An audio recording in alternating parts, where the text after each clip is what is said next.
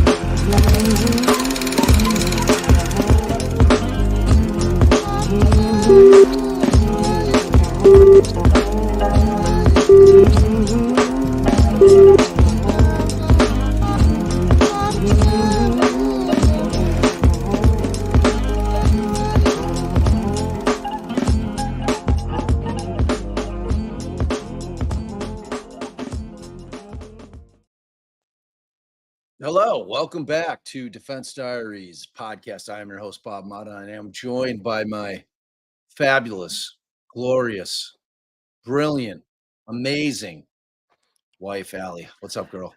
Hey, babe. Hey, all.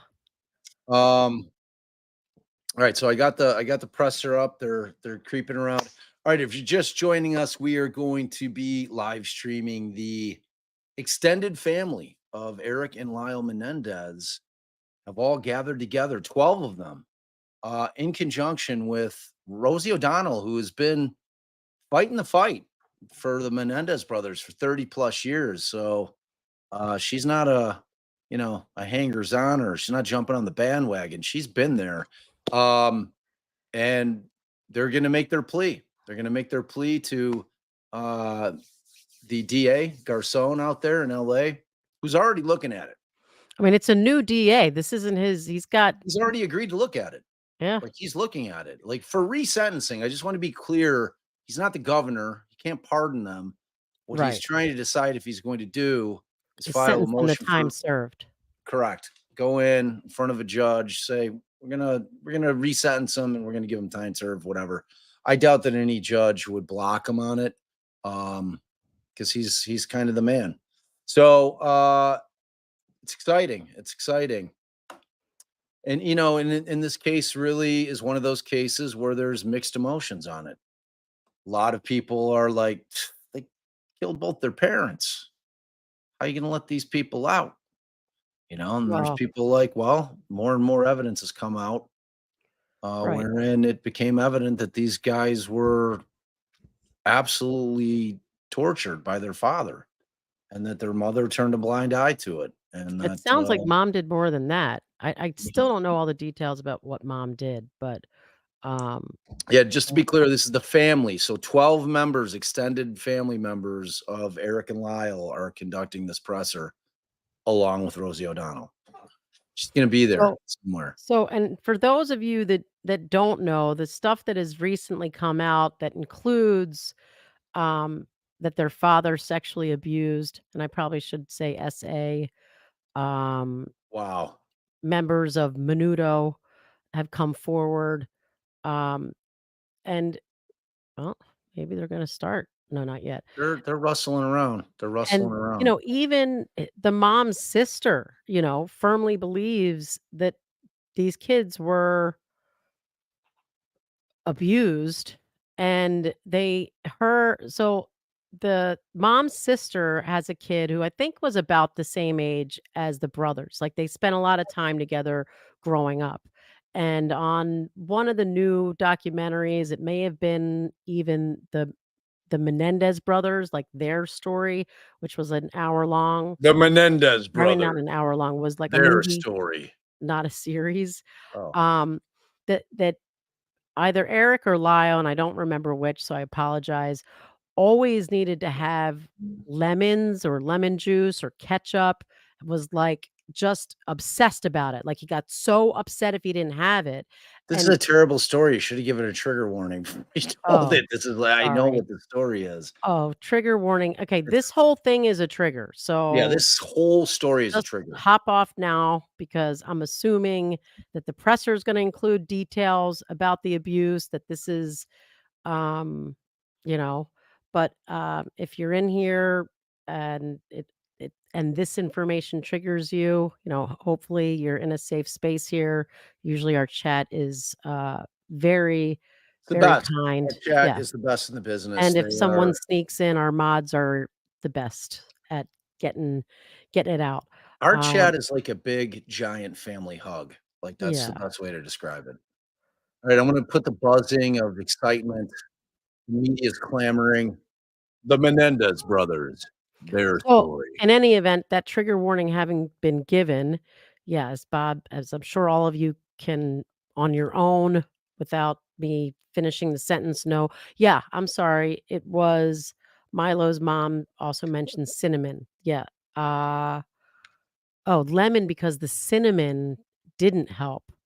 Um The didn't help. concept of that is so repugnant that I can't even like fathom it. It's Yeah. hard for me to process it. And they told Talking about this kid's father. It's yeah. And it's they told the cousins or one of the brothers let me told the see. cousin that that, information about the father abusing them, making some sort of comment about, um, to that extent when they were very young. I mean, very young. And, this was the first time, at least like a very public way, facts about this type of thing came forward. So it's not like they knew what most people know today as far as what are the patterns of abuse? What are the type of things how do the abusers groom you? And, and the dad was doing all those things. It would be just not logical to think, "Oh, they were making it up." I mean, because it's just so on point, like, well, after sporting events, he would start, like, by massaging me, and, like, the things that the father did and the way he built up to it, and then the way that they were controlled. I mean, you're just not making that up at a whole cloth back then when this is something not spoken about, and I can wholeheartedly believe that to them, saying coming forward with the abuse was worse than just, pretending it didn't happen or saying that it was a lie, if that really even happened. I don't know if what I believe from that stupid series that was it Netflix that did that series? Yeah, The yeah. Monsters series? Because they made it sound like, He took um a position, he really took a position that was like not favorable to the brothers at all. Like and that, not like the public and didn't then like when it. he was kind of like approached angrily by many, many people in public, he's like, "Fuck y'all." Like that was his position. He's like, "I don't know them shit," you I mean, know? some of the reporters are still like they're buckled into their old positions because they took them so hard back then. And it's like people don't want to admit that they were wrong. They don't want to admit their role in it. Well, it's But it's an interesting case because we do not live in a vigilante country. You can't just abused. Like, was it justified in a sense? Absolutely. But we don't live in that country where we can just go and kill whoever well, has right. wronged us. That's why 25 years or how Right. long has That's it because been? that's what we need to that's how we need to frame it though. Like these guys have served 30 years, Right. not 25. They've served their time, more than They've their served time their time. I personally, think but that they've done their time. I think there are massive mitigating circumstances. I think they should be out. That's what I think. yeah, it's like a heat of Presuming it's all passion true, and I have no against another. reason to think after all of this time why anybody would be coming out with some bullshit. I mean, No. No, and after I heard all 35 the years, Southern Charm says. yeah, 35 it's enough time. years. The Menendez brothers, their story. Remember when you said that? Like that's what I've entitled this episode now. So in any event, there was a lot that came out from family members at that first trial, a ton of red flags, things that in retrospect, not even in retrospect, but just things that they kind of let slide, even though the kids were saying them, like that they just didn't act on. Um, and with the Menudo brothers, I was like, where in the hell is Ricky Martin on this? Like, what? No. Why am I not hearing? Where is that handsome son of a bitch? That's what I also kept saying. Where is that absolute doll? I She's did like, not any say that. teenage girl that saw this group of kids is like, Well, that's true. I mean, it I was mean, like I feel you. a group There's some of handsome devils. Latino, hunks singing and dancing. That like teenage girls love that. I loved it. Um, Allie had a little Menudo button when she was a little Allie. Can you imagine how that's all I adorable that was? remember is that I made that. Then I think I made it. Handmade Menudo button. I want you to digest that for a moment. But I All right, don't get really remember, the much buzz. much more than that, like really being obsessed with them or anything like that, but clearly I was if I made that button. Um, but what I was saying was, oh, Ricky Martin, like I'm like, why isn't he speaking out? Where's he not saying things? And then I saw that he had there had been an accusation made against him by a nephew or a cousin, I'm not sure which. Look, from what is out there in the pleadings, it sounds like the child has some mental health issues. So I'm not taking a position on that at all. I just think that might be why he's not poking his head up in this thing, like because, like, Who, Ricky? yeah, yeah. Yeah, I mean, Right, as he's Miss still B. got an Mays active said, career, but Ricky's still, laying like, low. I think he would be lauded as heroic. I don't think anybody would judge him. He Well, was a but they might victim. it might just bring all that other stuff back up about Oh, the you mean for him accusation. personally? Right, right. Yeah, yeah, for sure. And putting it back in a So news wait, cycle, who knows? defense attorney Meow asked, "What do you think about an Alfred plea?" I mean, Yeah, they were that would be found perfect.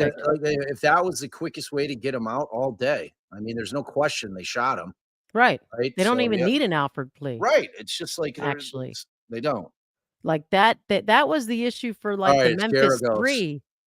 Why don't we hear him, because the babe? sound sucks. No, what'd you do? Wait, you can't hear it? No, no words. All right, hold on. It's not me.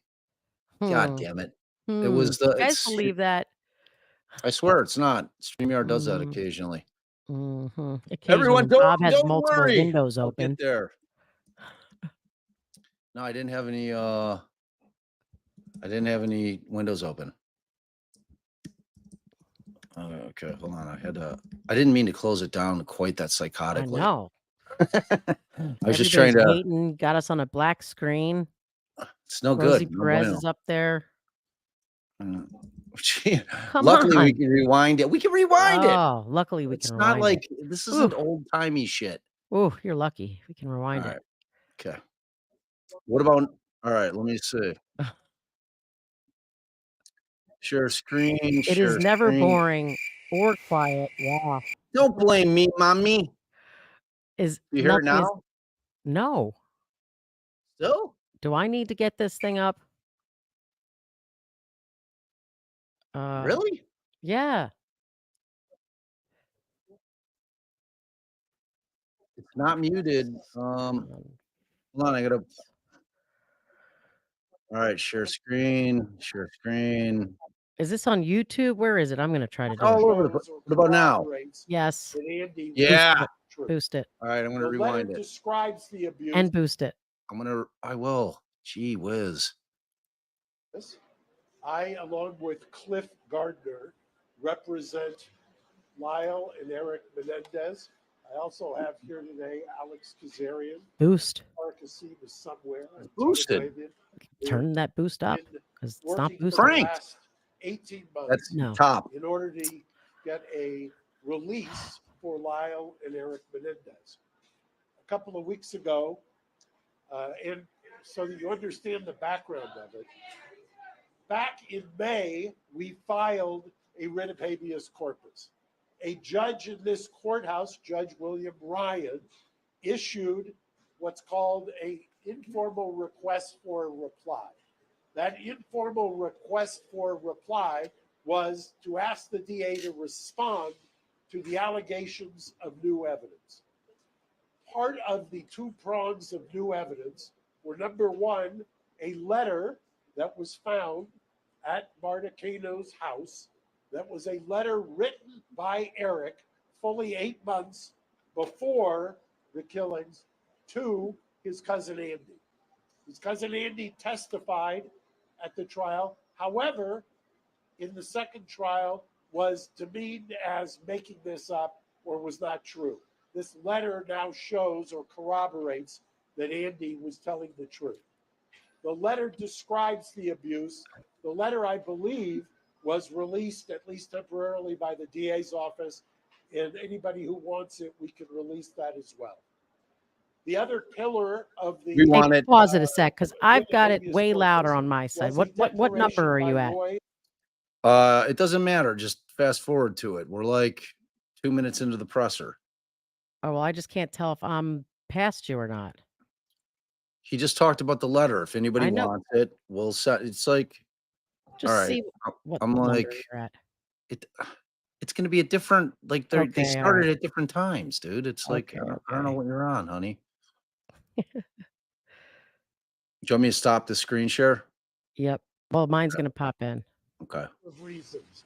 Number one, Oh, Roy that is much better. was a member or a then member of the band Menudo, was and took great courage at Nuri's finding him and talking to him to sign a declaration that said that he too was assaulted by the father, Jose, and not only is Mark. but it happened at the house.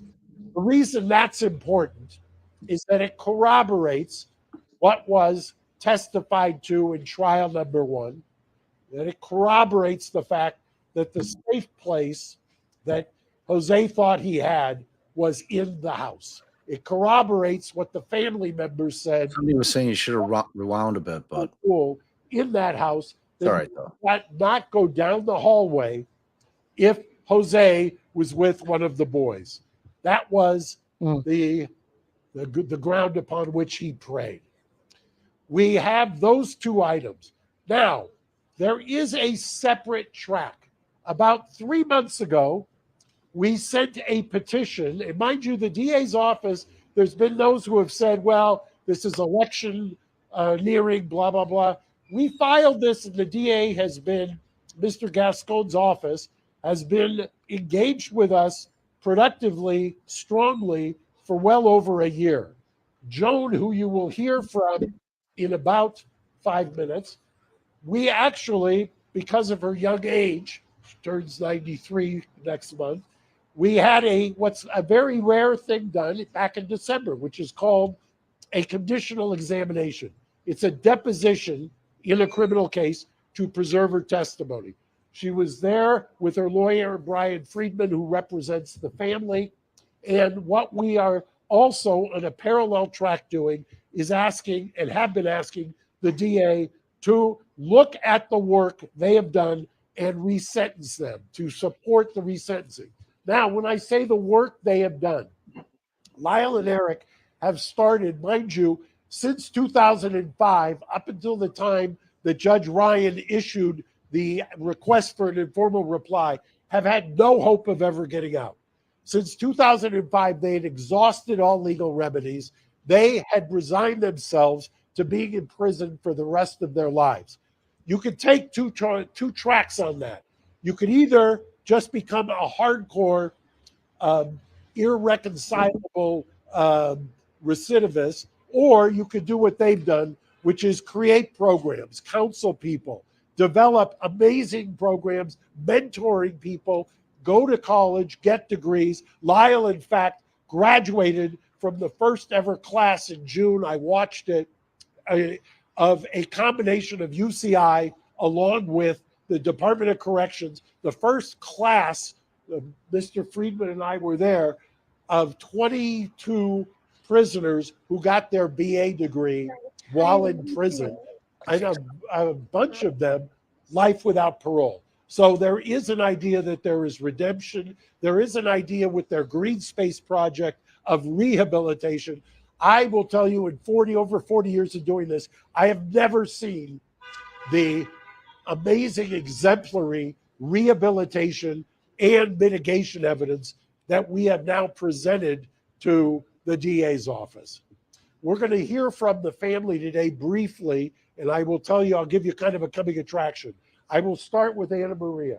She will tell you exactly the genealogy. We have over 20 relatives, both Kitty and Jose's sides of the family.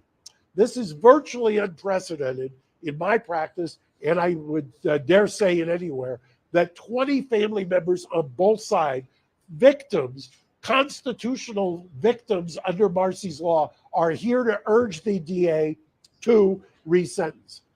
When, after they're finished speaking to you today, we will then, Mr. Friedman will take them across the street to the Hall of Justice, and they will go through what Garcón does in resentencing, and they will meet with the resentencing unit. They will, under the California Constitution, Marcy's law, they will voice their opinion on why they believe it's time that these gentlemen come home. That they've spent over 35 years, and I've said it once, I've said it twice, if they were the Menendez sisters, they would not be in custody. We have evolved, it's time, and without further ado, I'm going to introduce Anna Maria, who's going to come up and speak. Good afternoon, everyone. Buenas tardes. My name is Ana Maria Baralt.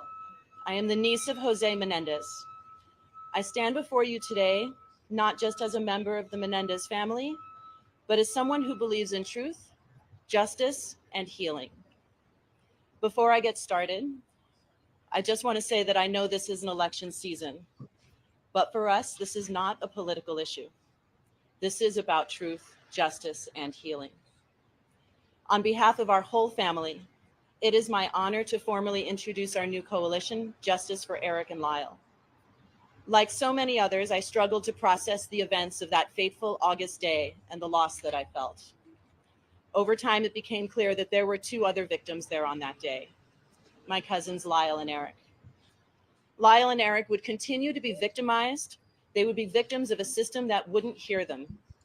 And they would be victims of a culture that was not ready to listen. They would be mocked.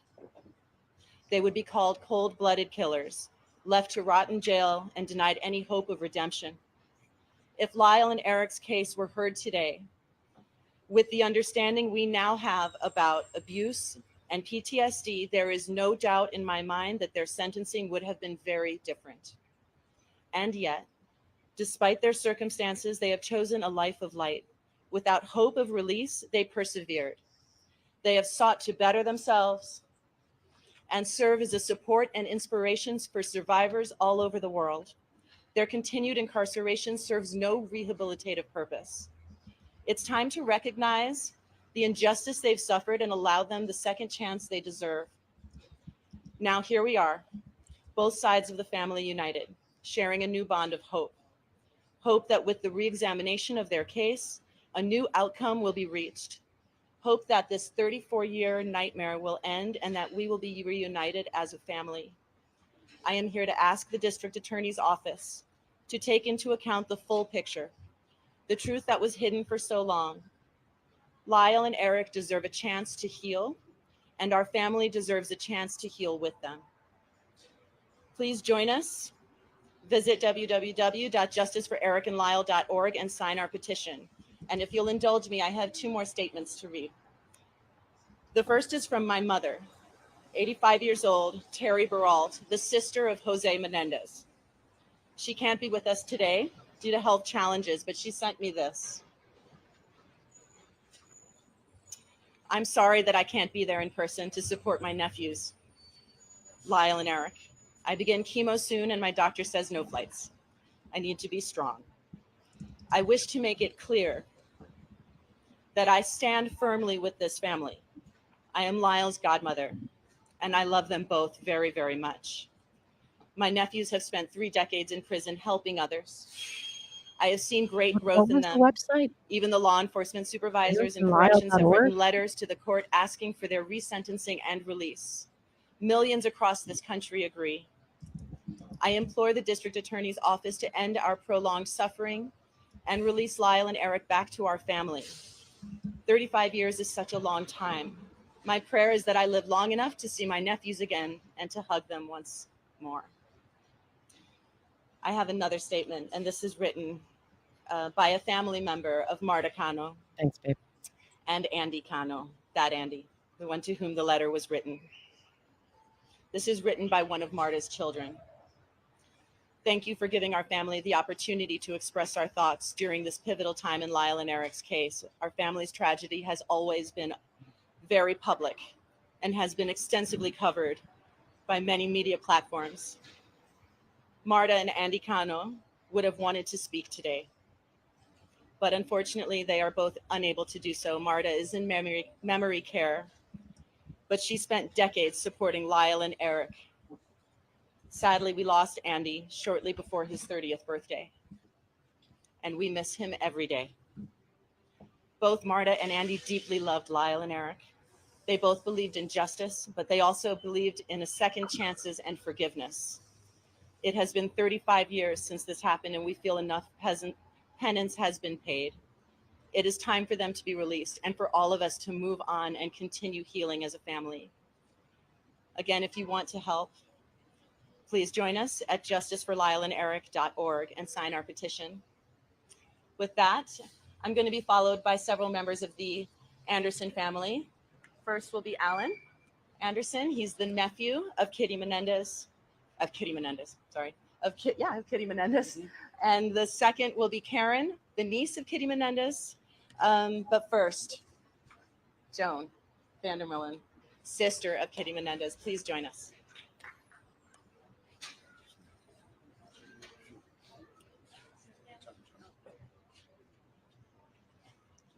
Two soldiers, thank you. Right here. Not very much space for paper, is there? You want the glasses on? No, they're not even mine, but yes. Okay, They match the top. okay. I like old ladies. Please know that I'm nervous and full of emotions. Oh, I never thought this day would come. I am Kitty's sister. I stand here today with a heavy heart and also with hope and justice and understanding. We have received such an outpouring support in recent weeks, which led us to launch this formal initiative. For many years, I struggled with terms with what happened to my sister's family. It was a nightmare none of us could have imagined. But as details of Lyle and Erik's abuse came to light, it became clear that their actions, while tragic, were the desperate response of two boys trying to survive the unspeakable cruelty of their father. As their aunt, I had no idea of the extent of the abuse they suffered at the hands of my brother-in-law. None of us did. But looking back, I can see the fear and tension that their father had instilled on them. They were just children who could have been protected and were instead brutalized in the most horrific ways.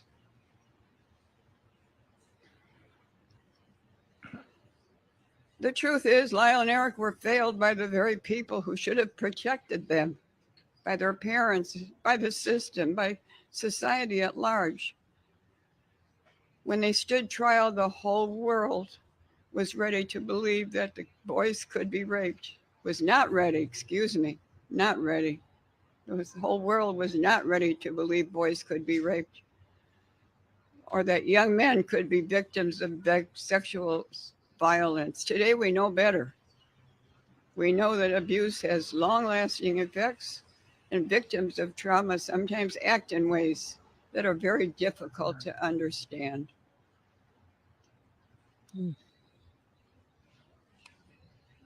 In the years since their conviction, society's understanding of sexual abuse and its psychological impact has grown significantly.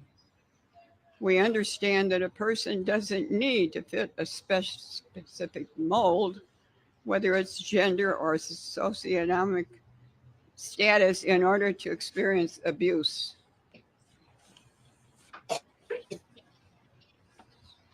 In their case, if it were tried today, the evidence of their father's abuse would not only be admitted in court, it would provide essential context for why they acted as they did.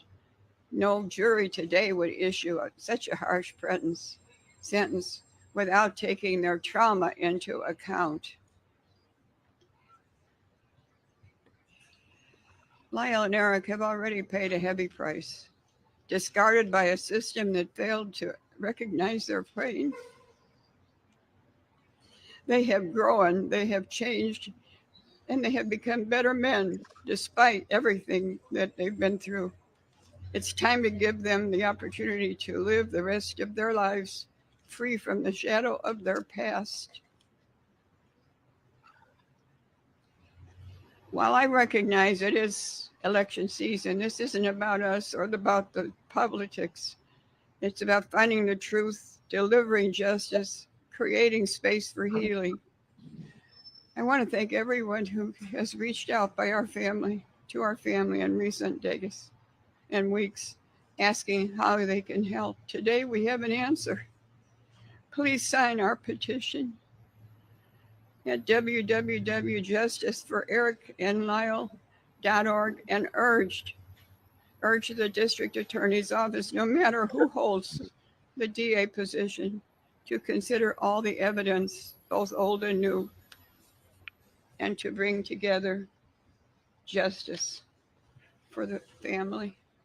And thank you very much for listening to me. I'm sorry I'm so nervous I can't hear. Oh, she's so sweet. Yeah. I think the website's a little, actually, that's the reason. Oh, man, what a grand old dame. Next, we have Alan Anderson, nephew of Kitty Menendez. Hello, and thank you everybody for being here. Hello, my name is Brian A. Anderson Jr. I am the Kitty of Menendez. I'm Kitty Menendez's nephew. I am proud to be a member of this family and to help spearhead this formal effort to organize and galvanize all the support we have received. Together, I believe we can finally bring justice for my cousins, Lyle and Erik. I've known Lyle and Erik my whole life. I can tell you without a doubt that they are not the villains they've been portrayed as. They were boys, young, scared, and abused by their father in ways no child should ever experience. You, the media, focused so much on their actions, but they never were able to tell the full story of their abuse that drove them to such desperate measures. When I think about the pain and suffering they endured, it breaks my heart to know that the system failed them so profoundly. They tried to protect themselves the only way they knew how. But instead of being seen as victims, they were vilified. Their father's abuse was dismissed, their trauma ignored, and their truth mocked by millions. Today, we know that trauma can lead to actions that, while difficult to understand, are rooted in survival. Lyle and Erik acted out of fear, but the jury never heard the full story. If their trial were held today, their father's abuse would be front and center in their defense, and I believe the outcome would be very different. Lyle and Erik are not the same people they were 35 years ago. They've shown that they are more than their past. They are survivors and deserve a chance to rebuild their lives. They are no longer a threat to society. Please do not misconstrue this to be political. Justice should prevail and transcend politics. I am asking the district attorney's office, regardless of who the DA is or becomes, to reconsider their case with the knowledge we now have about their abuse. Lyle and Erik deserve a second chance to heal, a chance to be free, and to live the rest of their lives without the shadow of their past hanging over them. I firmly believe that if they were to come to my house, knock on my door, I would answer that door. I would welcome them in with huge hugs. My wife would make them a dinner, and I'd give them a pillow and a place to sleep. Thank you for being here today, supporting Justice for Lyle and Erik. Please go to our website, learn the truth about their story, and sign our petition. Thank you.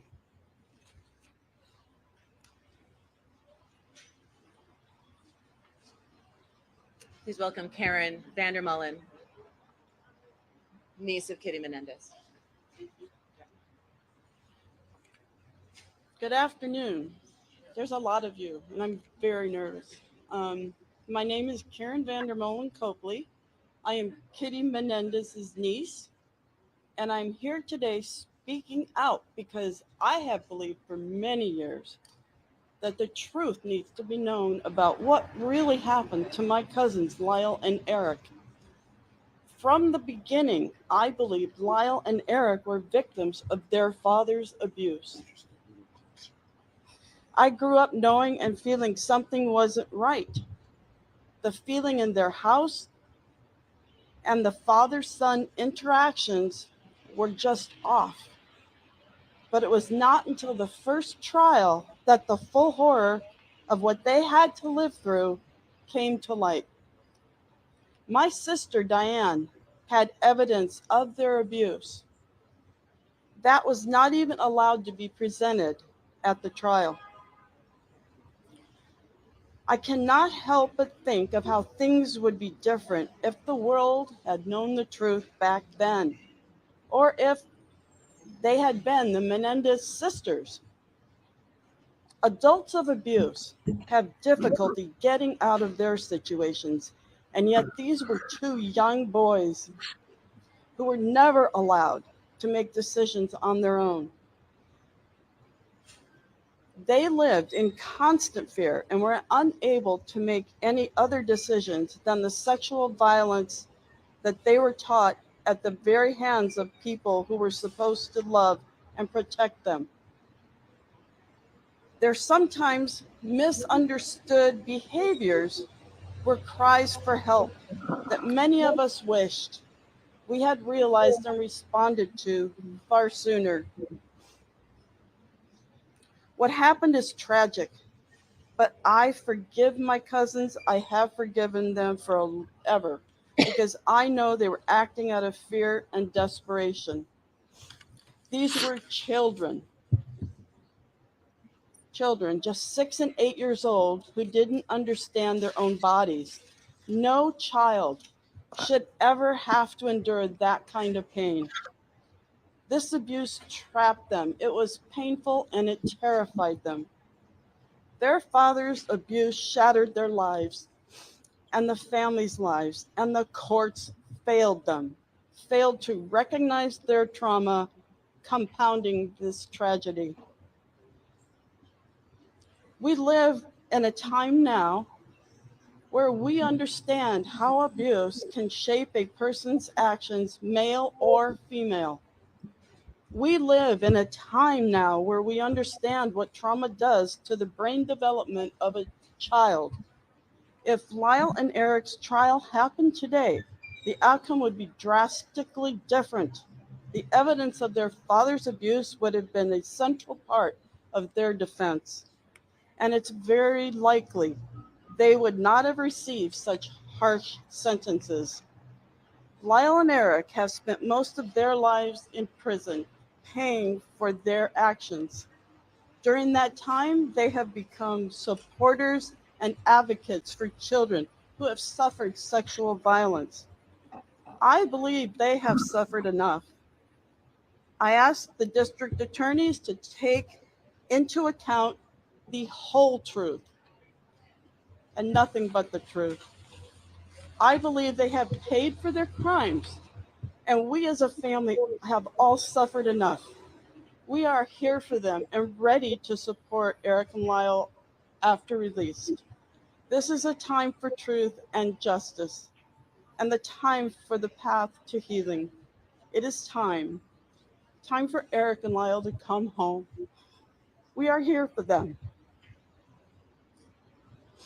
Please visit our website and sign our petition. We would love nothing more than for our mom to be able to wrap her arms around Erik and Lyle outside prison walls before she is unable to do so. Thank you. Thank you all.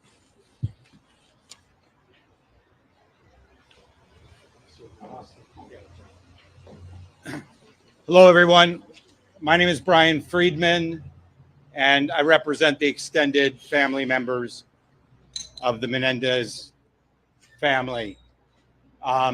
First of all, the family is gathered here in support, and really thanks everyone for coming out and for being here and for supporting one message, which is, this shouldn't happen again. And this needs to stop now. And that what needs to happen is the consideration of second chances, the consideration of the abuse, Their age. and changing what we know in our society to be wrong. And we know in our society to give people second chances. The families here united. Erik and Lyle have been through so much in 35 years, but these family members have been through so much 35 years. They're going to go across the street now. They're going to meet with the DA's office. They're going to exercise their constitutional rights under Marcy's laws to be heard. And they would respect and ask if they could make that journey peacefully so that they can share their truth, desires, and honesty with the DA's office. And again, thank you for the support and for being here. And Mark Garagos, thank you.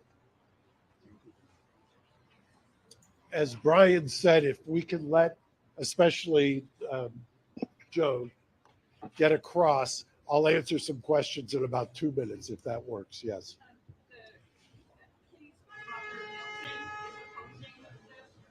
Yeah, I'll speak to that in just 1 minute. If you wait just 2 minutes, we have stuff to talk about there. Unless you want to say something about that. You wait for me to go across.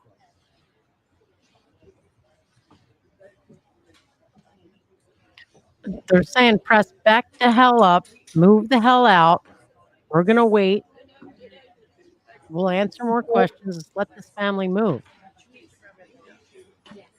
That's right, babe.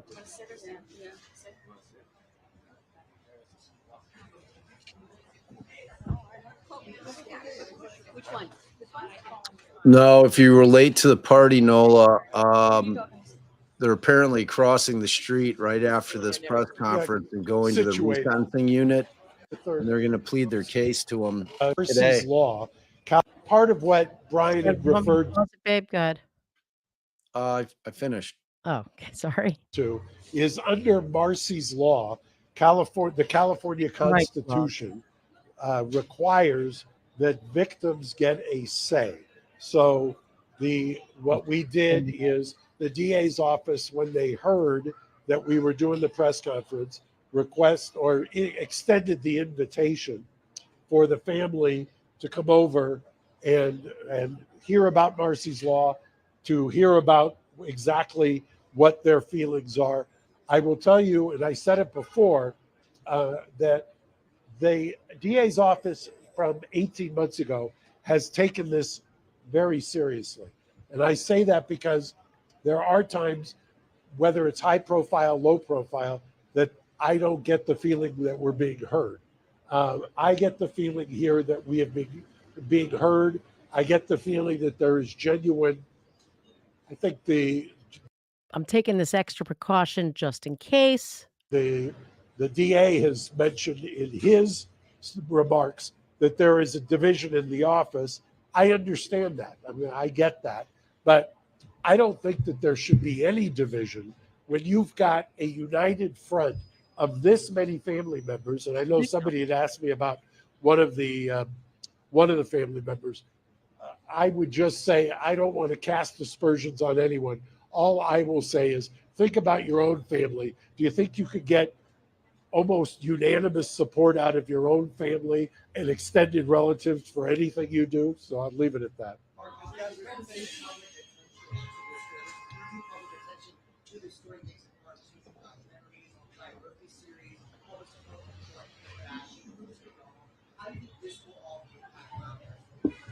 Well, I think interestingly, and I don't know how you measure something like this, but I have been, obviously I was practicing when this trial took place. I remember in 1994 representing a woman in Pomona, and we used the battered woman syndrome, and she got a voluntary manslaughter, she got probation. And I remember at the time being struck by the idea, and I've confirmed it now in the transcripts of their second trial, struck by the idea that the DA's office on the second trial took the position, and it may not have been wrong at the time, that the battered woman syndrome, that something that diminishes your intent, did not apply to child abuse. And that was on the record. And that's what the judge ruled. So how do I think how has this evolved? First of all, the younger generation, I hate to say that, it makes me seem old, but there has been a movement. I think that what happened is that when the Ryan Murphy series came out, it was such a caricature of them that the pendulum swing backlash actually created a focus on it. And people then took a look. I know that I've seen some of those videos of the first trial that was televised where the DA's office was taking the position that men could not be raped. They don't have the equipment.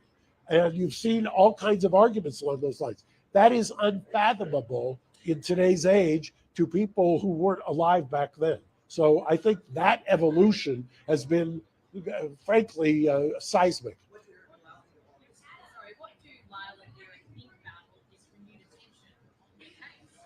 I think one of the reasons that we mentioned early on and that the family has said it, they had absolutely no hope after 2005.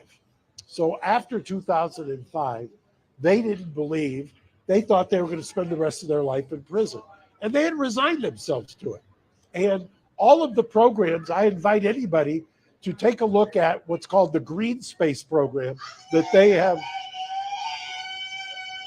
The Green Space program that they have created down there, that's based on the Norwegian model, that is something that they have done in order to reacclimate prisoners who are being released. I look at both the external programs that they've done and the introspection and work they've done on themselves.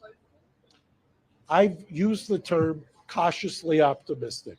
I mean, there is an irony that DA politics played a role in their conviction.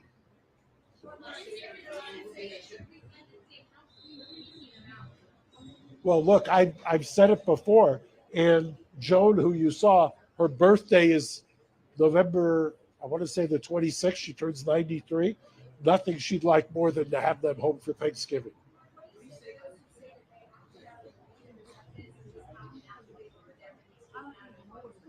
That's what the question was. What do you say to the people who say they acted out of greed? I have two responses to that. Number one, that's why the letter that predates the killing from Erik to Andy is so important. Number one, it corroborates that it was happening before. Number two, people forget this, probably before you were born. They went to the grand jury. The DA's office went to the grand jury on the financial motive theory. The grand jury, which will indict anybody on anything, the grand jury rejected that theory. So that is another one of the urban legends. Thank you. Thank you. Get in after. Well, I don't think that the protocol in the DA's office is anything but what we're doing today. The protocol today is that you meet with the resentencing unit, you get informed of Marcy's law, and you go from there.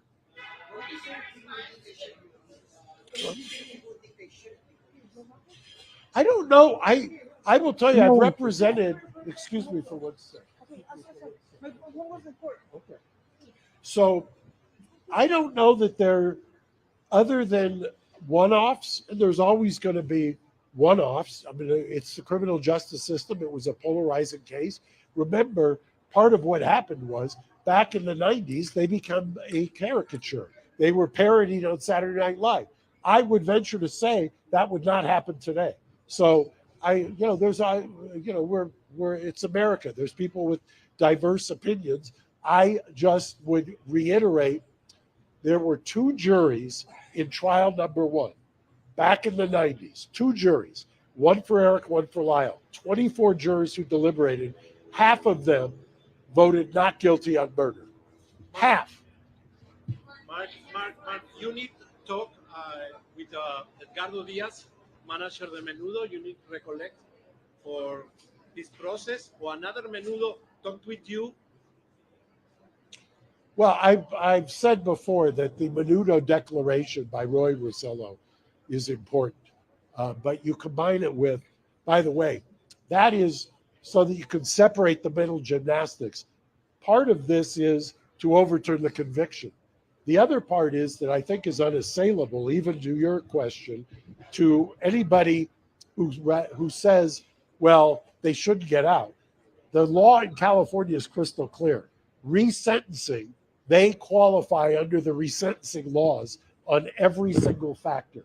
It's almost, I hate to say that anything's a slam dunk in the criminal law, but under the resentencing laws in California, they clearly qualify. We filed originally for the conviction to be overturned. That's what a writ of habeas corpus is. The other component of this is a resentencing. So it's 2 tracks. You can pause the habeas while you consider the resentencing. So it's walking and chewing gum at the same time. But if the habeas would be granted, you would get a new trial. If they are resentenced, the judge under California law has the ability to recall the sentence and sentence them to a wide range of options.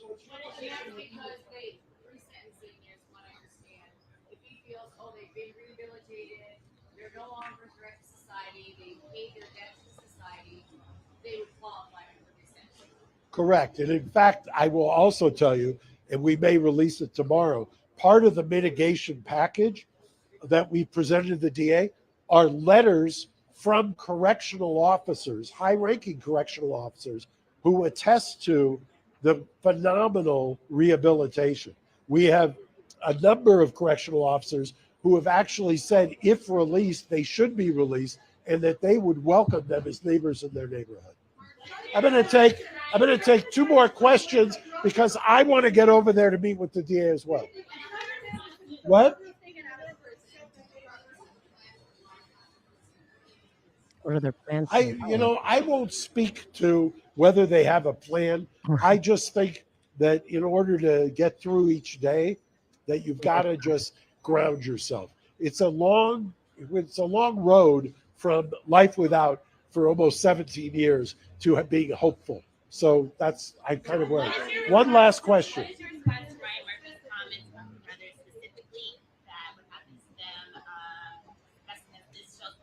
Take care of this account. Thanks for hopping in. Some wag, I don't know who it was, I could give him credit, said about Ryan Murphy that of course he's going to take credit. I didn't say it, so I don't know the man. Anyway, thank you. He said he's done. Yes. And we will be sending out a press release. Correct. All right. Yeah, the website's jammed. I've been trying to get on Take some since. time. So Meg P asked, can't they let them out? Why do they need a petition? I know, dumb question. There are no dumb questions. I'm just so emotional. They don't need a petition, but the more people who are in favor of this, it'd probably be most effective, truth be told, if they had one in California or even in that county, just to show how many citizens there want it. But the more of the public is asking, the more pressure that you can put. That's why the petition the petition once signed, What happened, babe? was like a hiccup, cough, burp, I don't know. Aw. Um, uh, the petition, once you sign it, they, have you send an email, which I couldn't. I was trying to get in to edit mine to make it more personal, like I'm actually have things to say, but with everything the way it was bogged down like that, Bogged. bogged down like that. That's what I meant to say if I didn't. Bogged. Bogged. You said it right. I was just repeating it. Oh. Bogged. It's a good word. It's a quality word. Bogged. Wasn't really letting me, so I just clicked send because I wasn't sure. I might have signed it twice. I don't even know because I I wasn't can't sure. even get it to open up for me. So I think that Oh, we got an answer to Nola Mama's question through the last questioning. Um, I don't think that they've even gotten that far. It sounds like they've just invited them for a discussion. And I was going to mention that. I mean, prosecutors are obligated, like under the ethics, prosecutors are supposed to consider the wishes of victims. That doesn't mean they have to do what the victim says, but it's supposed to be something considered, throughout the process. And many states, I'm assuming maybe all the states, have victim rights laws. And that's what you heard the attorney talking about, that they were one of the things they were going to be discussing and, implementing and asserting, um, when they're over there. so I got, they kept talking about how this isn't a political thing, but I'm wondering if Garcon is up for reelection.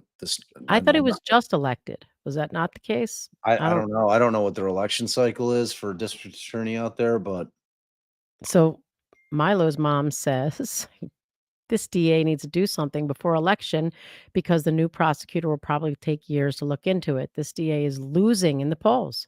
So he needs to do it now. So yeah, babe. I was going to say I mean, any way you cut it, it's political for the purposes of that for him it that is. DA. Oh yeah, and the family did say we're coming up on an election cycle. In my mind I was thinking about the presidential, but I guess in retrospect and they were talking about this I think I called him Garcon. Gascon. I don't Is that how it was spelled? Gascon. But I think I called him Garcon. Okay. I had Pulp Fiction on the brain. Garcon means boy. It's that great scene with Tim Roth. What's up, Don Burke? She confirms it. Thanks, Dawn. Thanks, Dawn. All right. Well, Delphi I filings, hope please.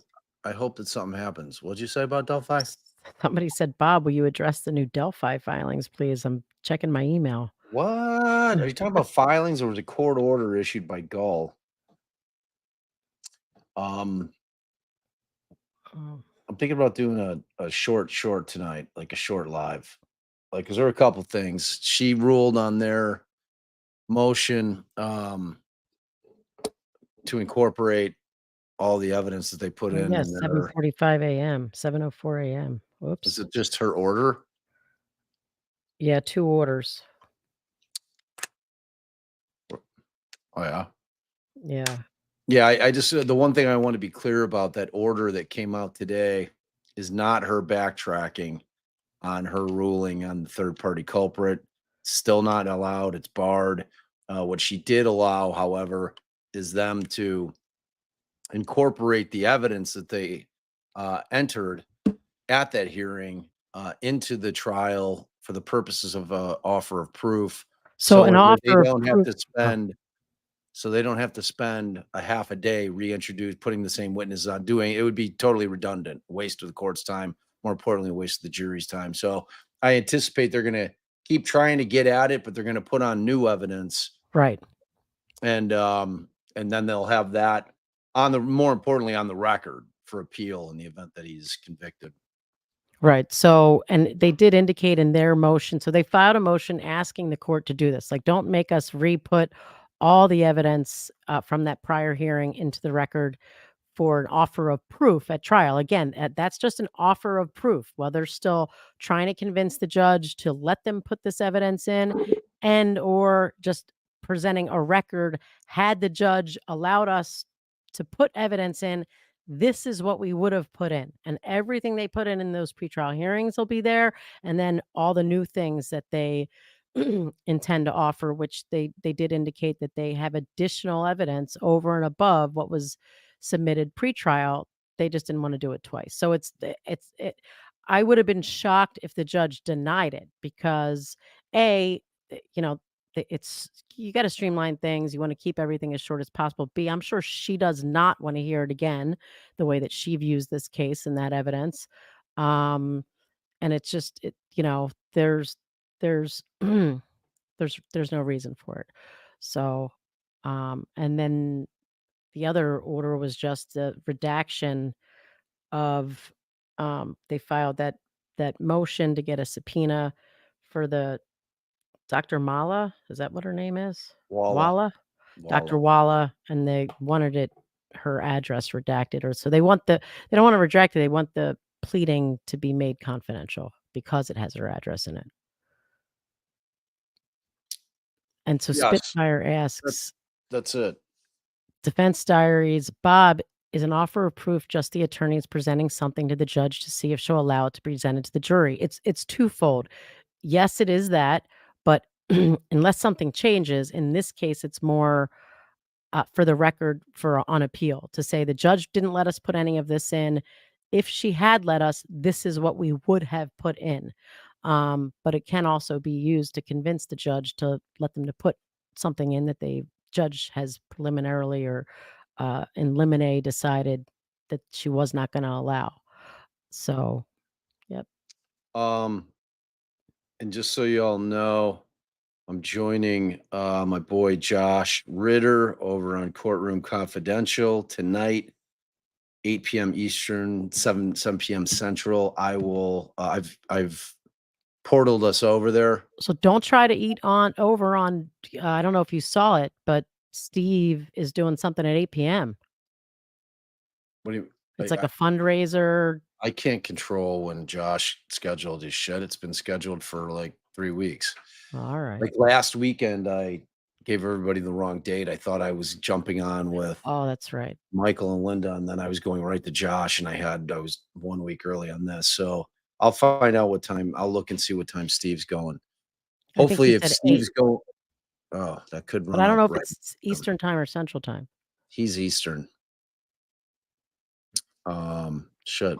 And then we are doing the Delphi primer, the Richard Allen trial primer, tomorrow after Bob gets out of court.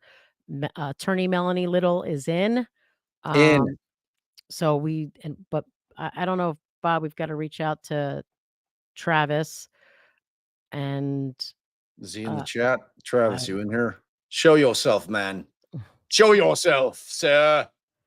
Show yourself. But that'll be great. I'm excited to do that with attorney Melanie Little, because she is an attorney. She doesn't know a lot about this case, so she'll be able to bring out all the things that everybody is wondering. And it'll be a great time. Perfect. So Josh is 7, Steve is 8:15 Central. So that's good. So Steve's going at 9:15 Eastern time. Yeah, I guess. Eastern. Oh, perfect. That's perfect. Good. All right. So, I mean, I certainly want to see these guys get out. I mean, I do. The aunt had me feeling all the feels. I'll tell you that right now. What a woman. Very poignant. Very poignant. So yeah, I think so I don't know if we're gonna do a live. Allie and I are driving back to Fort Wayne tonight. It's a lot. Another live? A third live? Was someone asking for a third live? Oh, you're doing a live. Well, I was gonna do a quick live just to explain that ruling, but I think I just did. But the Delphi coverage always gets a lot of love. So yeah, we got to do one on a separate Delphi. Maybe we'll do it on the road, like my man Jack Kerouac. Poetry in motion, coconut lotion. Had to get the girl because she got too emotional. Are you experienced, little girl? I want to know what goes on in your little girl world. You got anything? You got anything? You know what that is? I mean, I know it's a rap song from Wow, the 80s. it's the Beasties. Come on, dude. Beasties.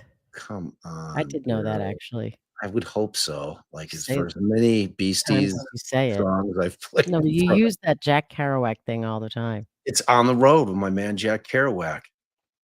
It's one of their Afton millions. knew. Afton knew. Well, after I said it, No, he was throwing that out there. Don't try to take shit away from Afton. Afton's a she, Chief. She don't try to wait. I like to say. Oh, she. Okay, so she threw it out there. Hey, I don't know if we answered Janet, and we owe her an answer and a thank you for the super sticker. We have 4 kids. I did. 30. I answered her in chat. 27. Oh, okay. Sheba, Sheba, did you send it to me? I want it. Send it to me. I got some classic old Beastie Boy concert shirts. I'll tell you that. I got the one. It's got like 3 pretty big dudes who all of their ass cracks are hanging out and they're on like teeny little mopeds, and it's like the fat shit in 92 PHAT. That's a classic Beastie Boys t-shirt. It's a goodie. It's a goodie. Oh, I just got an order in that.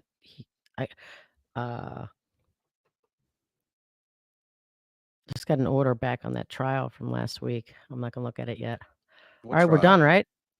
We out. Talk about it. All right. Listen, you guys are the best. We love you. You're beautiful humans.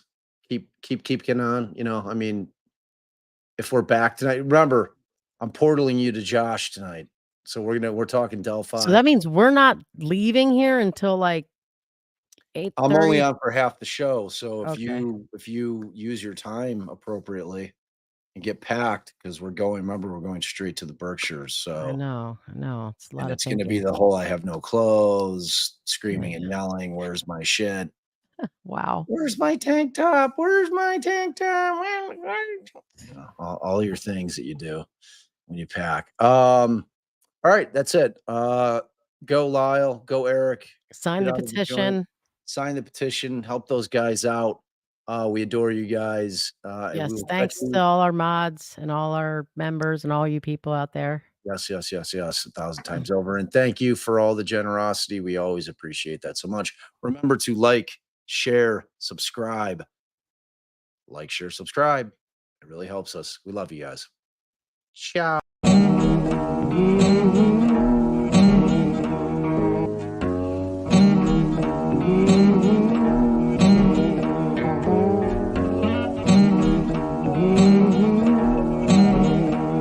Heart